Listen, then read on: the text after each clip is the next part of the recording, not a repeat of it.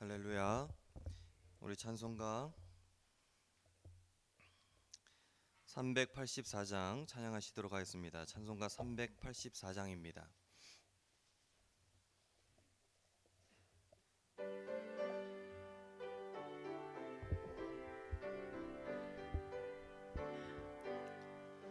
나의 갈 길 다가도록 예수 인도하시니 내 주 안에 있는 긍휼 어찌 의심하리요. 믿음으로 사는 자는 하늘 위로 받겠네. 무슨 일을 만나든지 만사 형통하리라. 무슨 일을 만나든지 하리라. 나의 갈 길 다가도록 예수 인도하시니 어려운 일 당할 때도 족한 은혜 주시네. 나는 심히 고단하고 영혼 매우 가라나. 나의 옆에 반석에서 샘물 나게 하시네. 나의 옆에 반석에서 샘물 나게 하시네.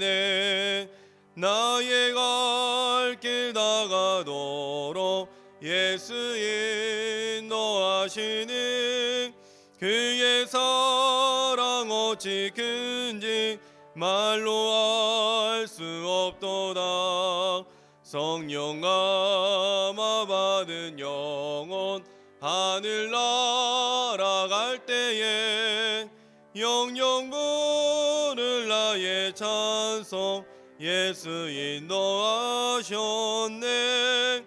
영영 부를 나의 찬송 예수 인도하셨네.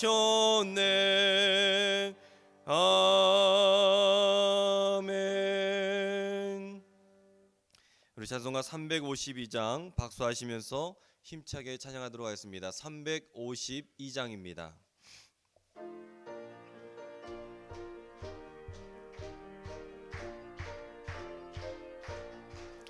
십자가 근병내라 주 위에 일어나 기들고 앞서 나가 담대히 싸우라.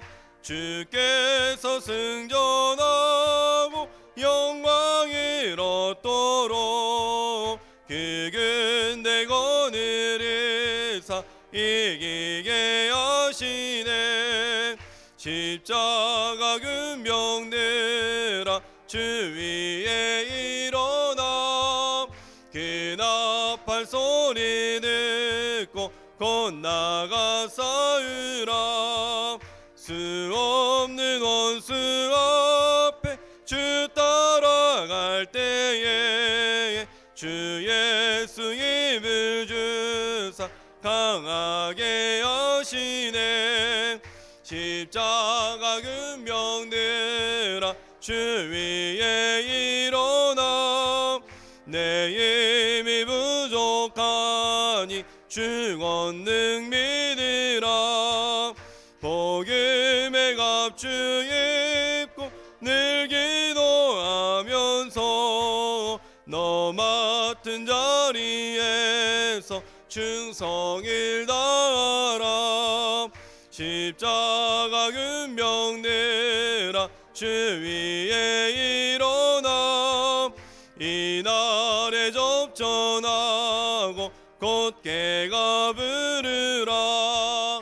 승전한 군사들은 영생을 얻으며 영광의 주와 함께 왕 노릇하리라.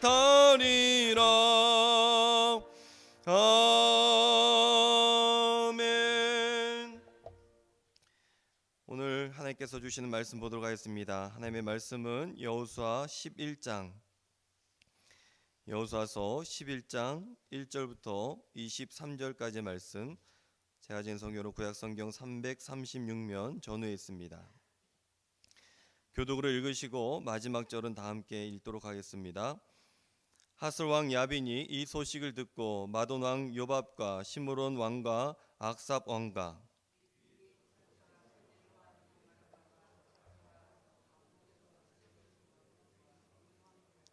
동쪽과 서쪽의 가나안 족속과 아므리 족속과 헷 족속과 브리스 족속과 산지의 여부스 족속과 미스바 땅 헤르몬 산 아래 히위 족속에게 사람을 보내매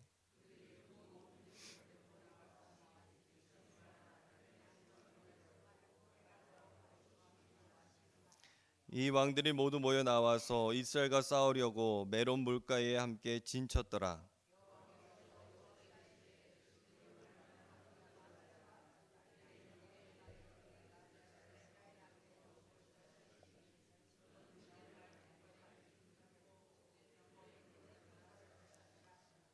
이에 여호수아가 모든 군사와 함께 메론 물가로 가서 갑자기 습격할 때에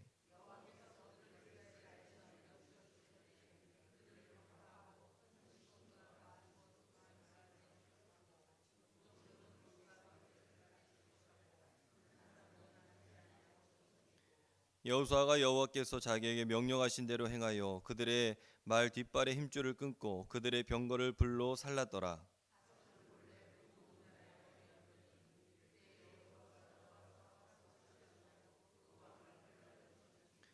그 가운데 모든 사람을 칼날로 쳐서 진멸하여 호흡이 있는 자는 하나도 남기지 아니하였고 또 하솔을 불로 살랐고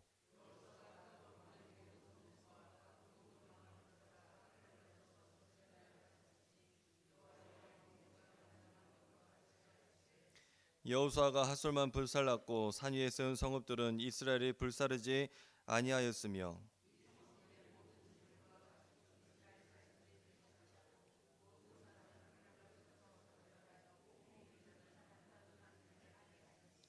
여호와께서 그의 종 모세에게 명령하신 것을 모세는 여호와에게 명령하였고 여호수아는 그대로 행하여 여호와께서 모세에게 명하신 모든 것을 하나도 행하지 아니한 것이 없었더라.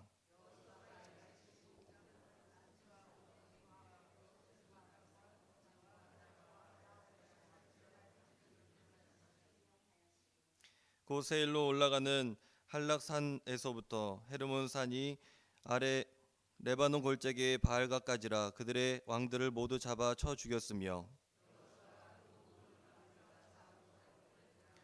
기브온 주민 히위 족속 외에는 이스라엘 자손과 화친한 성읍이 하나도 없고 이스라엘 자손이 싸워서 다 점령하였으니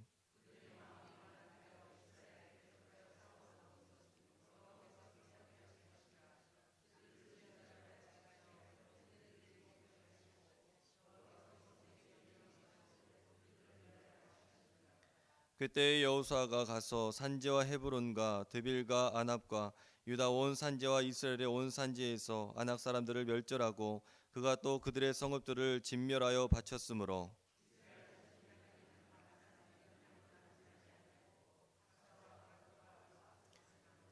다 함께 읽겠습니다. 이와 같이 여호수아가 여호와께서 모세에게 말씀하신 대로 그 온 땅을 점령하여 이스라엘 지파의 구분에 따라 기업으로 주매 그 땅의 전쟁이 그쳤더라. 아멘. 할렐루야. 2018년도 하나님의 은혜 가운데에서 또 믿음으로 달려나가실 때에 늘 승리하시길 간절히 축원합니다. 오늘 말씀의 제목은 전쟁을 통한 신앙 공부입니다. 전쟁을 통해서 특별히 우리의 삶에 있어서는 영적인 전쟁을 통해서 하나님께서 가르쳐 주시고 또 알려주시는 것들이 있습니다. 여호수아는 계속해서 정복 전쟁에 대한 이야기를 우리에게 말씀해 주고 있습니다. 오늘 11장도 가나안 북방을 정복하는 전쟁 이야기로 하솔 왕 야빈에 대한 이야기로 시작을 하고 있습니다. 그런데 수많은 전쟁 이야기를 들으면서 과연 이것이 하나님의 뜻인가? 하나님께서 그렇게 모든 사람들을 죽이라고 하는 것 우리에게는 굉장히 낯설기도 합니다. 왜 그러냐 하면 하나님께서는 가난한 자 또 고아 과부를 사랑하시고 이방인들까지 구원하시고자 하시던 사랑의 하나님의 모습과 정반대의 모습이기 때문에 그렇습니다. 우리는 이런 상충되는 하나님의 모습이 때로는 소화되지 않을 때도 있습니다. 우리가 10장 40절의 말씀을 보면 이렇게 말씀하고 있습니다. 이와 같이 여호수아가 그 온 땅 산지와 네겝 평지와 경사지 이야기하면서 호흡이 있는 모든 자는 다 멸절하리라. 오늘 말씀 가운데에서도 호흡이 있는 사람들을 다 죽이라라고 말씀하고 있는 것을 우리가 듣게 됩니다. 그러니까는 이 모습과 그 하나님께서 아들 독생자를 이 땅에 보내주셔서 많은 사람들을 인류를 구원하시고 또 우리를 구원하시기 원하셨다라는 이야기가 서로 뒤섞이면서 소화되지 않을 때가 많이 있습니다. 교회를 오래 다니다 보면 구약은 구약이고 신약은 신약이다라고 생각할 때도 있습니다. 하나님께서는 거룩한 제사장 나라를 세우시기 위해서 거룩함이 오염되지 않기 위해서 하셨다라는 것 우리도 알고 있습니다. 그런데 말씀을 읽다 보면 조금 지나친 것은 아닌가라는 생각도 들 때가 있습니다. 예외라는 것도 있는데 그 안에서 살려줘도 될 사람이 분명히 있을 텐데 성경은 전부 죽이라 말씀하고 이 사실을 우리에게 믿음으로 받아들이라 라고 이야기하고 있습니다. 오늘 말씀은 이러한 궁금증을 안고 말씀을 풀어가길 원하는데요. 먼저 단락을 구분해 보면 세 부분으로 나뉩니다. 첫 번째 단락은 1절부터 5절까지의 말씀입니다. 1절부터 5절까지는 이스라엘과 전쟁 준비를 하는 하솔왕 야빈과 연합군의 이야기에 대해서 말씀해 주고 있습니다. 두 번째 단락은 6절부터 15절까지 말씀으로 여호수아와 이스라엘 군대가 이기는 방법에 대한 소개를 우리에게 말씀해 주고 있습니다. 마지막 단락은 16절부터 끝절 말씀까지 여호수아가 정복한 지역에 대해서 말씀해 주고 있습니다. 오늘 이 말씀을 통해서 우리의 삶에 늘 믿음의 승리함의 역사가 나타나시길 간절히 축원합니다. 그 첫 번째는 인식의 한계를 뛰어넘으라입니다. 인식의 한계, 내가 생각하는 것을 뛰어넘어야 됩니다. 우리가 교회를 다니고 또 성경에 대해서 긍정적으로 보니까 구약의 내용을 받아들이지 사실 세상 사람들은 구약에 대해서 이 구약의 신관이 굉장히 유치하다라고 이야기하기까지 합니다. 질투하는 신, 내 편이 아니면 다 죽이는 신으로 세상 사람들은 평가합니다. 독선적이고 가부장적이고 편협한 신관이 구약의 신관이다라고까지 이야기합니다. 그러면서 신약으로 넘어오면서 인내와 자비, 사랑의 하나님의 모습을 강조하면서 뭔가 많이 달라졌다, 이상하다라고까지 이야기하죠. 이것은 하나님이 변한 것이 아니라 그 시대 하나님의 형상을 담아내는 사람들의 인식이 변했기 때문에 그렇습니다. 구약에서 하나님의 모습을 담아내는 것은 그 시대의 신관이고 그 시대의 역사관이었습니다. 그 수준이 그렇습니다. 그래서 역사적으로 구약을 폐기해야 된다, 없어도 된다라고 이야기했던 사람들이 역사 가운데에서 꽤 많이 있었습니다. 대표적으로 마르시온 같은 사람입니다. 이 사람은 스스로 바울의 후계자로 여겼고 AD 85년부터 160년경에 활동했던 초기 신학자입니다. 그는 신약 성경을 구약 성경과 분리해야 된다라고 이야기하면서 구약 성경이 없어도 된다라고 이야기를 하였습니다. 그러면 나중에 영지주의 영향을 받으면서 이단으로 간주되었죠. 그를 통해서 그리고 오늘 이 말씀을 통해서 우리가 볼 수 있는 것은 우리도 자칫 잘못하면 편협한 하나님을 만날 수 있겠다라는 생각을 해볼 수 있습니다. 오늘 하솔왕 야빈이 소식을 듣습니다. 이스라엘이 쳐들어온다는 소식을 듣게 되죠. 그런데 별 볼 일 없었던 그 이스라엘이 지금 이스라엘이 기브온 전투에서 승리하게 되었고 남부 가나안까지 지금 점령해 나가고 있다는 소식을 이들이 듣게 되었습니다. 그래서 지략을 모읍니다. 야빈이라는 이름 자체는요, 지략가라는 그 뜻이 이름 안에 담겨 있습니다. 그래서 그들이 지략을 모으는데 그 방법이 북방 산지와 동쪽 서쪽에 있는 왕들에게 전가를 보내서 연합군을 만들게 하는 것이었습니다. 당시 하솔은 북부 가나안 중에서도 중심에 위치해 있었던 나라였습니다. 또 그 왕이었습니다. 그래서 하솔 왕이 중심이 되어서 연합군을 모으게 되었고 지금 이 연합군을 형성하면서 싸울 준비를 하고 있는 것입니다. 그러나 연합군을 형성하기 이전에 그들은 서로 좋은 관계가 아니었습니다. 서로 싫어하고 미워했던 관계였는데 서로 간의 이익을 위해서 위기를 당하게 되니까 그것과 상관없이 연합하게 되었습니다. 우리는 이 사실을 통해서 깨닫는 것이 있습니다. 하나님을 만나지 못하면 세상에서 고작 하는 일이 동맹 맺는 일밖에 없다라는 것이죠. 그들에게 그 계획은 최고의 지략일 것입니다. 세상에 권력이 있다면 많은 사람들이 서로 동맹 맺는 일부터 합니다. 나를 해치지 마, 내가 너 도와줄게. 이야기하면서 그렇게 동맹을 맺습니다. 이러한 일들이 목회자들 사이에서, 성도님들 사이에서 이뤄진다면 어떻겠습니까? 우리는 그렇게 되면 세상 사람과 다를 바가 없는 사람들이 되는 것입니다. 하나님은 우리가 그러한 인식의 한계에서 벗어나길 원하십니다. 그 한계를 벗어나지 못하면 구약은 필요 없다라고 이야기했던 그 마르시온과 같은 자가 될 수 있는 것입니다. 정복 전쟁을 하는 여호수아 말씀이 저에게는 큰 어려움이었습니다. 부딪히는 것들이 굉장히 많이 있었습니다. 서두에도 말씀드렸듯이 나의 거룩함을 위해서, 이스라엘의 거룩함을 위해서 다른 사람의 생명을 빼앗고 있는 이것이 맞는 것이냐라는 것을 저는 근본부터 질문에 들어가기 시작했습니다. 그런데 오늘 본문, 우리가 이 인식의 한계를 벗어나야 하나님의 뜻을 바라볼 수 있다는 것을 오늘 이 말씀을 통해서 하나님께서는 말씀해 주고 계십니다. 우리가 이것을 벗어나지 못하면 세상 사람들처럼 인식의 한계에 갇혀서 서로 지혜를 모은다고 이야기하지만 동맹 맺는 일밖에 하지 않는다는 것을 우리가 이 말씀을 통해서 깨달을 수가 있는 것이죠. 그러나 하나님의 일을 알게 되면 그분이 하신 일이 무엇인지를 깨닫게 되는 것이고 그것을 믿음으로 받아들일 수 있게 되는 것입니다. 그러면서 새로운 인식의 전환이 생기게 되죠. 그것이 무엇입니까? 하나님께서 그들의 거룩함을 위해서 하신 일들이 무엇입니까? 편안하게 살도록 내버려 두셨습니까? 그렇지 않습니다. 편안한 애굽에서의 그 삶이 아니라 불편한 광야로 하나님께서는 몰아 넣으셨습니다. 죽음의 현장을 보게 하셨습니다. 모세가 살인을 하면서 하나님의 일들을 감당하게 된 것은, 사명을 받게 된 것은 우연이 아니죠. 죽음의 현장을 보면서 그는 자신의 죽음의 현장을 보게 된 것입니다. 가나안 정복 전쟁을 하면서 지금 이 사람들이, 이스라엘 백성들이 마주하게 되는 현실은 무엇입니까? 그들의 죽음, 하나님께서 죽이라고 명령하셨으니까 합니다. 그런데 그들의 죽음을 보면서 나의 죽음을 보게 되는 것이죠. 정복 전쟁이 잔인한 역사일 수 있습니다. 예수 십자가의 처형도 잔인한 죽음일 수 있습니다. 그러나 하나님은 그 죽음을 허락하시면서 우리 스스로의 죽음을 보게 하셨습니다. 너가 죽어야 되는데 그 사실을 깨닫지 못하니까 지금 이렇게 되고 있는 것이다. 너가 죽어야 되는 것이다. 너의 자아가 죽어야 되는 것이다. 너가 그 안에서, 십자가 안에서 죽어야 되는 것이다. 그런데 우리가 죽지 못하니까 그 십자가가 우리 안에 있는 것 아니겠습니까? 사람들에게 죽음을 보게 하시며 나의 죽음을 보게 하셨고 거룩하게 돌아오게 하셨습니다. 하나님은 죽음까지 사용하셔서 하나님의 거룩함과 사랑을 동시에 담아내셨습니다. 6절의 말씀이 그렇습니다. 그들 앞에서 두려워하지 말아라. 내일 이맘때에 내가 나아가 그들을 이스라엘 안에서 앞에서 다 죽이겠다. 너는 그들의 말 뒷발에 힘줄을 끊고 그들의 병거를 불태워라.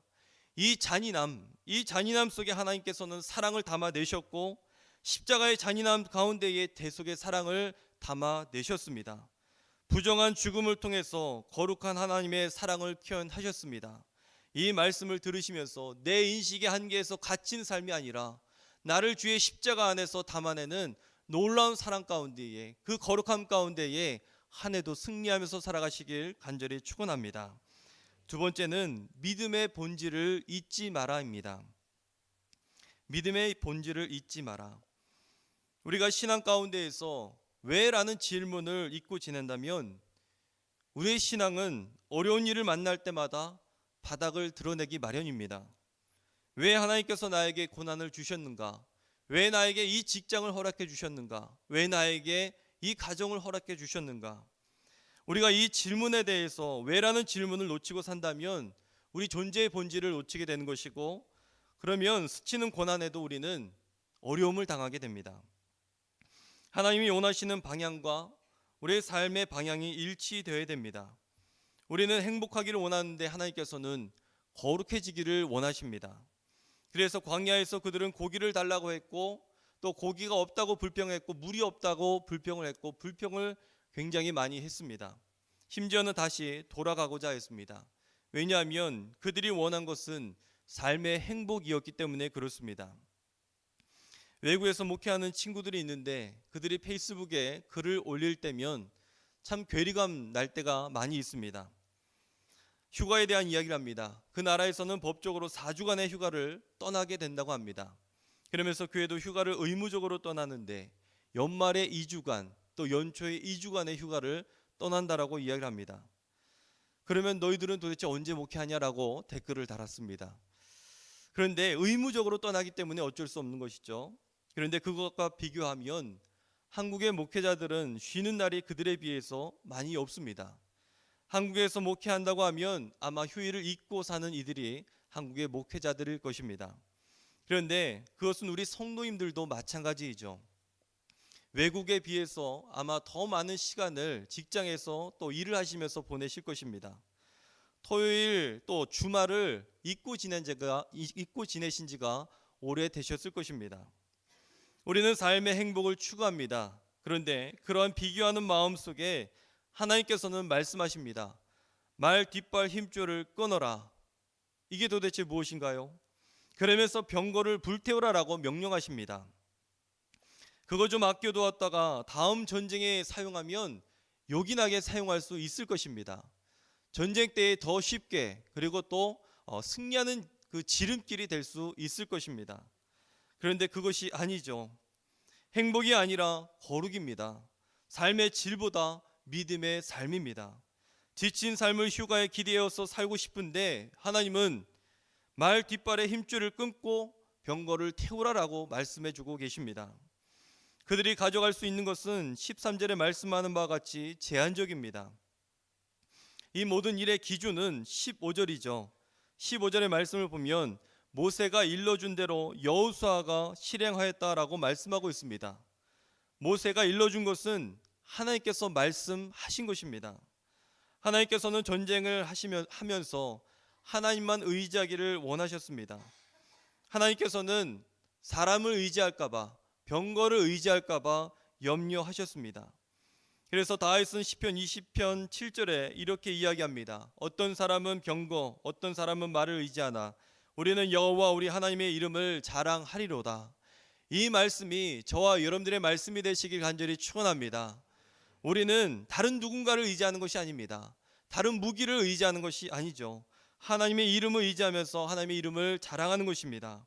하나님은 우리의 힘을 통해서 우리가 이겼다라고 이야기하는 것, 그래서 교만에 빠지는 것을 가장 싫어하십니다. 직장에 어떻게 들어가셨습니까?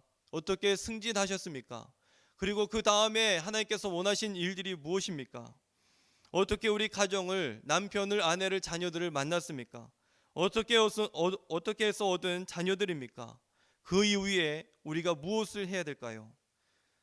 하나님께서는 온전히 하나님만 의지하기를 원하십니다. 우리가 성공하거나 실패하거나 그것이 중요한 것이 아니라 그 이후에 해야 될 일들에 대해서 하나님만을 의지하기를 원하시는 분이 우리 하나님이십니다. 하나님은 그 한 가지의 원리를 통해서 우리 인생 전체를 보십니다. 그것은 믿음이죠. 믿음에 대해서 게리 하우겐의 정의를 위한 용기에 이렇게 표현하고 있습니다. 믿는다는 말이나 믿는다는 확신만으로는 진정한 믿음이 아니다. 그것이 진실인 것처럼 행동할 때에 그것이 진정 믿는 것이다. 그 말씀이 오늘 15절에 나와 있습니다. 오늘 말씀 15절에 여호와께서 그의 종 모세에게 명령하신 것을 모세는 여호수아에게 명령하였고 여호수아는 그대로 행하여 여호와께서 모세에게 명하신 모든 것을 하나도 행하지 아니한 것이 없었더라. 이가 지금 한 것은 믿음이었습니다. 믿음을 통해서 행동으로 나아갔던 삶이었습니다. 믿음의 본질을 잊지 마시길 간절히 축원합니다. 믿음은 행동 안에서 다 드러나기 마련입니다. 가나안을 차지하는 과정에 우리가 배워야 될 그 믿음의 자세가 오늘 여기에 담겨 있습니다.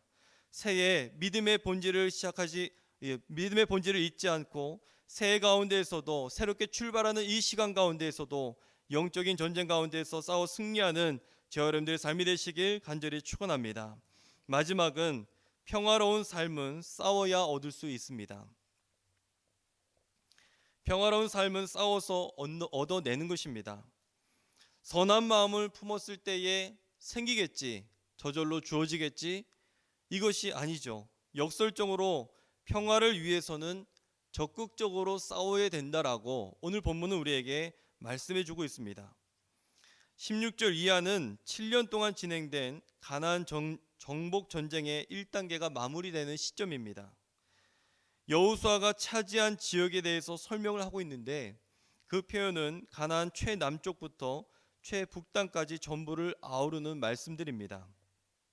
즉 아브라함에게 약속한 이 기업이 다 성취되었다는 것을 우리에게 전해주고 있는 말씀이죠. 그러면서 18절에 여호수아가 여러 왕들과 싸운 지가 오랫동안이다라고 기록을 하고 있습니다. 이를 원문에서는 여러 날들이다라고 표현을 하고 있습니다. 실제로 7년간을 싸웠으니까 수년간이었다라고 이야기하면 되는데 여러 날들이다라고 표현하면서 매일매일이 전쟁이었음을 이 말씀을 통해서 우리가 볼 수 있는 것입니다. 매일 전쟁을 치르면서 얻은 대가가 무엇입니까? 23절입니다.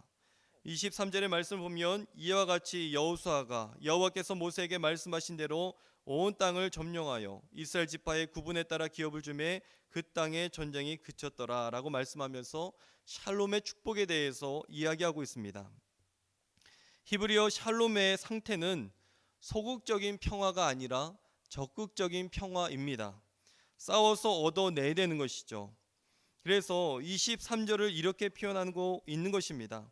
평화는 전쟁이 사라진 상태이다라는 것을 우리에게 말씀해 주고 있는 것이죠. 즉 평화라는 것은 전쟁의 부재가 평화입니다. 이 평화를 얻어내기까지 매일같이 전쟁을 하였고 전쟁을 몰아낸 상태가 평화가 되었다라고 우리에게 소개해 주고 있는 것입니다.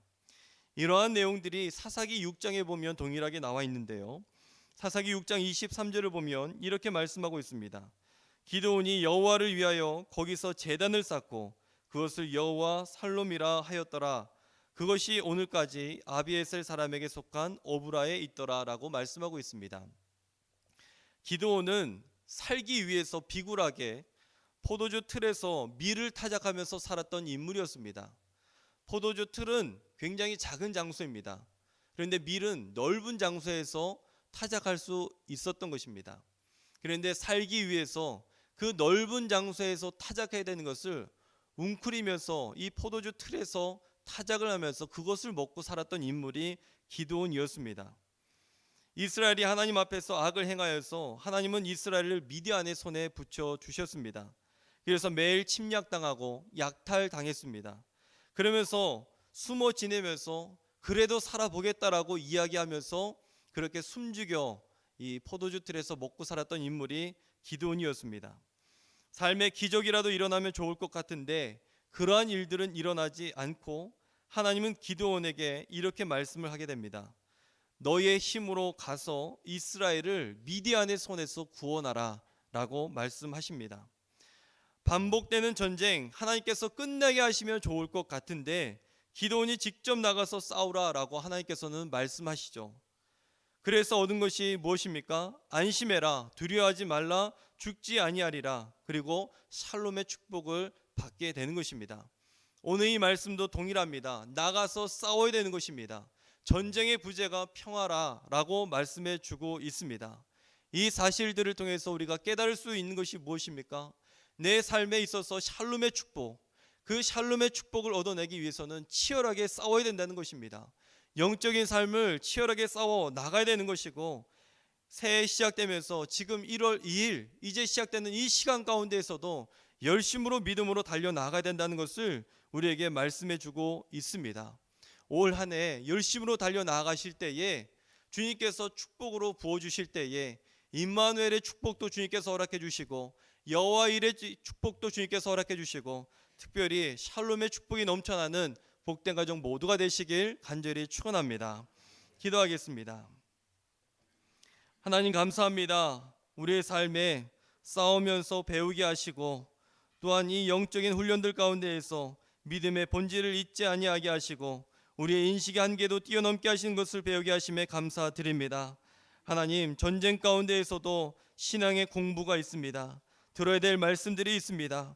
하나님 우리가 복잡하고 어려운 인생 가운데에 주의 말씀 한 말씀 한 말씀 놓치지 아니할 수 있도록 인도하여 주셔서 이제 새로운 해가 출발이 되었습니다. 2018년도에도 하나님의 은혜 가운데에서 감사함으로 12월 달을 맞이할 수 있는 우리의 삶이 되게 부족함이 없도록 인도하여 주시옵소서.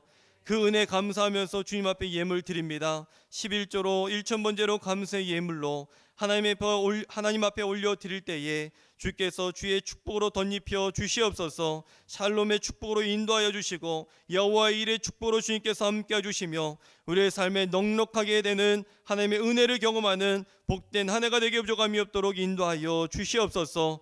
올 한 해도 주님 앞에 주의 손에 맡기오니 주께서 안전하게 해주시고 든든하게 해주시고 오늘 하루도 주님께서 저희들 모든 염려들 가운데에 은혜 가운데서 살아갈 수 있는 복된 삶이 되게 하여 주시옵소서. 이 모든 말씀 우리 주 예수 그리스도의 이름으로 감사하며 간절히 기도드립니다. 아멘. 공동 기도의 제목 드리도록 하겠습니다. 먼저 나라 민족을 위해서 기도하기 원합니다. 올 한 해도 주님께서 보호하시는 이 나라 민족 될 수 있도록 2018년도 나라가 부강하며 국민이 안전하게 살아갈 수 있도록 또 통일을 위해서 기도하기를 원합니다. 두 번째, 한국교회와 세계교회를 위해서 또 우리 광림재단을 위해서 기도할 때에 복음의 비밀을 알아 열방을 치유하는 교회가 될 수 있도록 위해서 기도하시고, 감독님과 담임 목사님의 신원의 강건함을 위해서 기도하시고, 광림 남교회와 또 서교회 해외 선교지를 위해서 기도하시고, 건축 중인 광림 북교회를 위해서 기도하기를 원합니다. 선교과 교회학교 청년부 또 청장년부 부흥을 위해서 2018년도 속계 선교의 부흥을 위해서 기도하기를 원합니다. 또한 다음 주부터 시작될 임원 전지 훈련을 위해서, 또 마지막으로 여러분들의 기도의 제목과 가정들 위해서, 환우들 위해서 우리 이 시간 다 함께 통성으로 기도하도록 하겠습니다. 사랑이 많으신 하나님, 감사합니다. 주님께서 우리들 삶을 인도하시고 붙들어 주심에 감사합니다.